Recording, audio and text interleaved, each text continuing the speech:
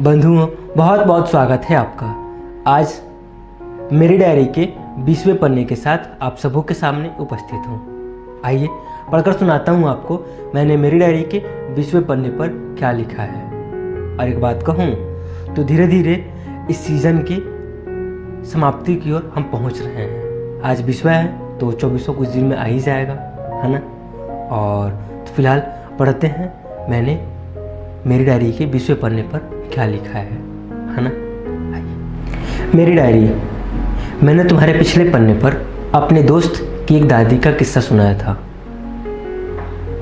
आज मैं तुमको अपनी दादी का एक किस्सा सुनाता हूँ।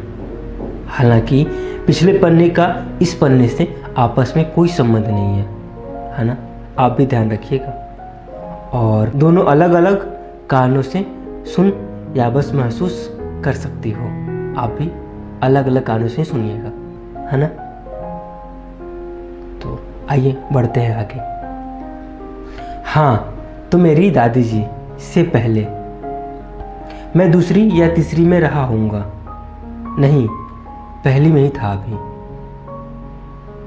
और हमें बस इजाज़त इतनी ही थी कि घर से स्कूल और स्कूल से घर।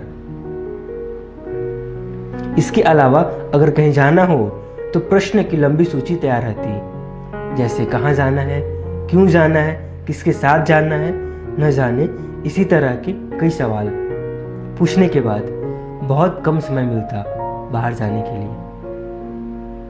इस बात के साथ कि तुम्हारे साथ घर का कोई बड़ा भी जाएगा। और जाता कौन था? तो दादी जी। वो थोड़ी अलग ही थी मेरी दादी जी। मतलब साथ जाती तो हमारी कलाई नहीं कि होने के ऊपर अपने हाथ से पकड़ लेती, ये वाला हिस्सा ऐसे। कुछ ऐसा कि न जाने हमने कितने ही जुर्म किए हो, न जाने हमने कितने ही जुर्म किए हो और सजा काटने के बहाने पुलिस से भाग रहे हों। तब तक पुलिस ने हमें पकड़ लिया और उसके बाद वो अपनी पर आने वाले हैं और हमारा कचूमर बनने वाला है। कुछ ऐसा ही व्यवहार होता उनका जब वो हमारे साथ बाहर जाते। आप समझ रहे हैं ना। खैर, उन दिनों मौसम ठंड का था क्योंकि 3 बजे तक स्कूल के बाद ट्यूशन और फिर अंधेरा जल्दी ही हो जाता था। और हम मध्यम वर्ग के परिवार की एक खास बात बताऊं तो हमारा परिवार बड़ा होता है क्योंकि बंटवारे से दूर दूर तक कोई रिश्ता नहीं होता और घर के सारे बच्चे एक ही स्कूल में पढ़ने जाते हैं। इससे फ़ायदा भी हो जाता कि एक ही घर के 6 बच्चे हों तो एक मुफ्त में ही पढ़ लेता। हाँ, तो मैं मौसम पर था। उन दिनों मौसम ठंड का था और हमारे स्कूल का एक नियम था, सीनियर क्लास के बच्चों को ग्रुप प्रोजेक्ट मिलता था। मतलब 4 से 5 बच्चों का 7 से 8 ग्रुप बनता और सारे ग्रुप को एक अलग अलग प्रोजेक्ट मिलता। बड़ी दीदी भी इसमें शामिल थी। स्कूल में पढ़ाई के साथ प्रोजेक्ट पर काम करना, पढ़ाई और प्रोजेक्ट दोनों को एक साथ धोखा देने जैसा था। तो उनके ग्रुप ने तय किया कि छुट्टी के बाद 1 घंटे के लिए पास की ही एक दोस्त के यहाँ जाकर उस प्रोजेक्ट पर हम काम कर लेंगे। इससे पढ़ाई भी खुश और प्रोजेक्ट भी तैयार। तो दीदी का ये फिक्स हो गया, स्कूल के बाद प्रोजेक्ट और फिर घर। फिर एक दिन हुआ कुछ यूँ, दीदी को घर आने में देर होने लगी। हालांकि अभी सही वक्त से 2 से 3 मिनट ही अधिक हुए थे। फिर भी ये मन है और लड़कियों को लेकर थोड़ा विचलित तो हो ही जाता है। अब मुद्दा ये था कि दीदी जिस दोस्त के यहाँ प्रोजेक्ट पर काम कर रही थी उनका घर किसी ने देखा नहीं था।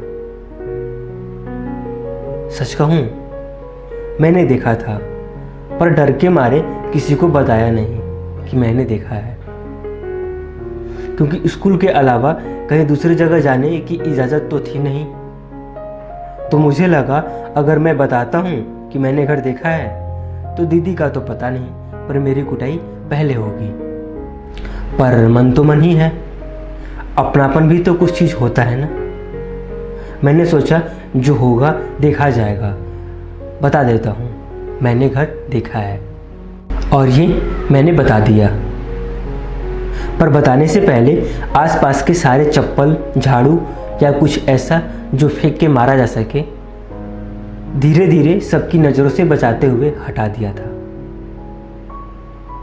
अगर कुछ बचा था तो बस लोगों के हाथ और पैर, घर वाले के ही। पर ये ठीक था, जूते, चप्पल, झाड़ू या कुछ और से। मेरे बताने के साथ सब इतने खुश हुए कि मुझे लगा मैं कहीं सपना तो नहीं देख रहा।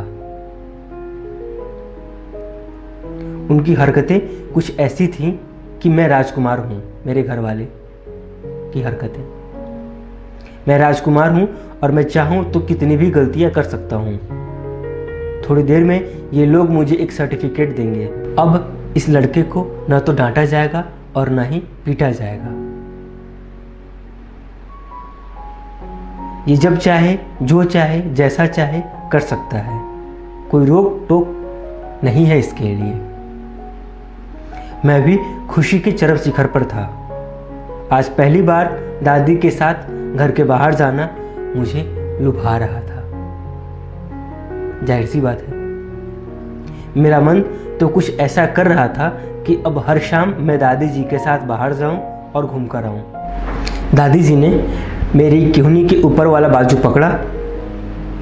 हर रोज़ की तरह मुझे गुस्सा आज नहीं आया और हम चल दिए दीदी के दोस्त के यहाँ। दीदी के दोस्त के यहाँ अभी हम पहुँच ही रहे थे कि दीदी सामने से उनके घर से निकली, अपने दोस्त के यहाँ से। मैं तो पूरा खुशी था।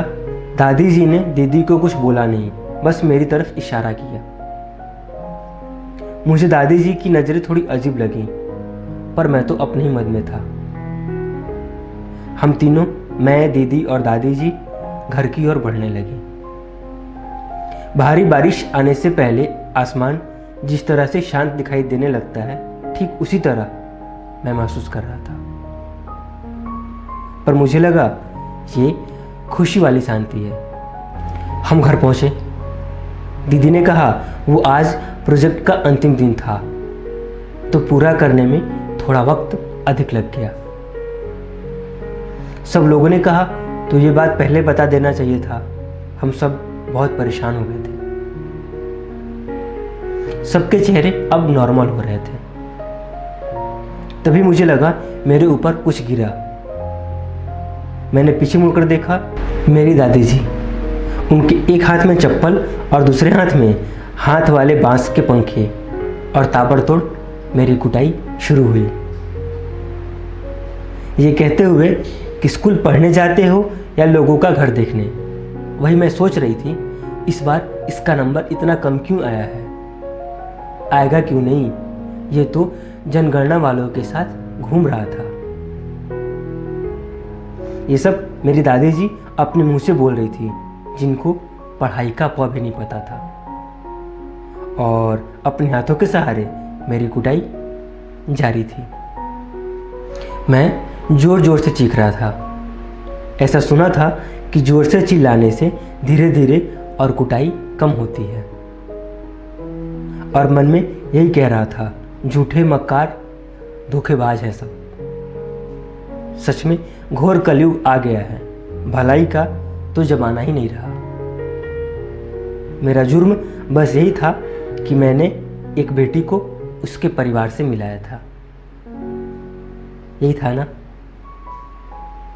खैर, अब आप बताइए, आपको कैसा लगा मेरी डायरी का 20वां पन्ना? ज़रूर बताइए कमेंट में। इंतज़ार है आपके कमेंट का, और ये कार्यक्रम देखने के लिए, पसंद करने के लिए आप सभी का बहुत बहुत धन्यवाद। और गर्मी थोड़ी अधिक है हमारे यहाँ, तो पसीना भी आ ही जा रहा है। तो कोई बात नहीं, आपको बताना ही है ये मेरी डायरी का 20वां पन्ना कैसा लगा, है ना।